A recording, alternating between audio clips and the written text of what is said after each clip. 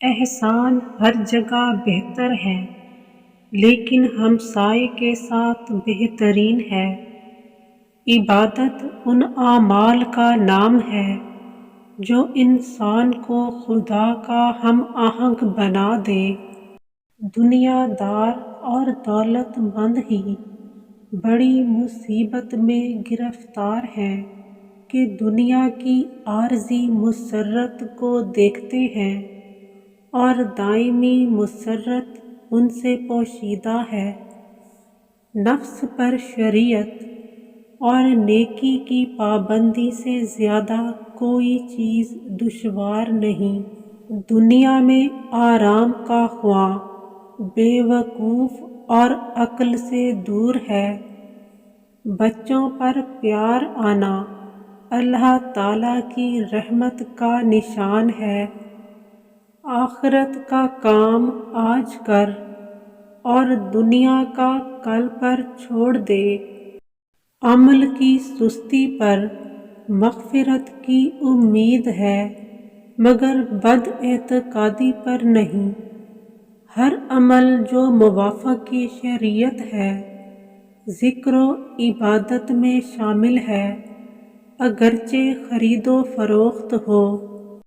جس قادر مطلق نے زبان کو گویائی عطا کی، وہی قلب کو قوت ذکر عطا فرماتا ہے۔ ذکر سے مراد غفلت کو دور کرنا ہے۔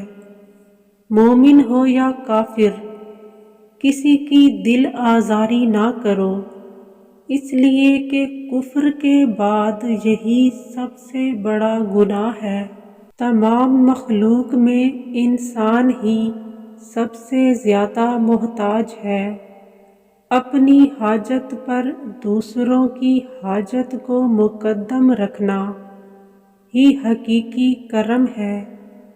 اپنے باطنوں کو خالص رکھیں اور ظاہر کو سلامت۔ اپنے عیبوں کو دیکھتے رہو اور اپنے گناہوں کے غلبہ کا مشاہدہ کرتے رہو۔ اپنی نیکیوں کو زیادہ ہونے کے باوجود تھوڑا سمجھیں اور اپنی برائیوں کو بہت زیادہ خیال کریں اگرچہ تھوڑی ہوں۔ نیک بخت وہ ہے جو عمر کو غنیمت جان کر اسے یاد خداوندی میں صرف کرے۔ سب سے بڑی نیکی یہ ہے کہ شریعت کی ترویج اور احکام الہی کے فروغ کے لیے کوشش کی جائے۔ اخلاص مقام رضا کا لازمی نتیجہ ہے، مگر ہزاروں میں سے کوئی ایک اس دولت سے مشرف ہوتا ہے۔ ندامت بعد از گناہ بھی داخل توبہ ہے۔ اظہار عجز بھی عبادت ہے۔ امتحان میں کامیابی اور اول پوزیشن کے لیے سورہ قلم ایک بار پڑھ کر سیاہی پر دم کر لیں اور اس سیاہی کو پیپر یا ٹیسٹ میں استعمال کریں۔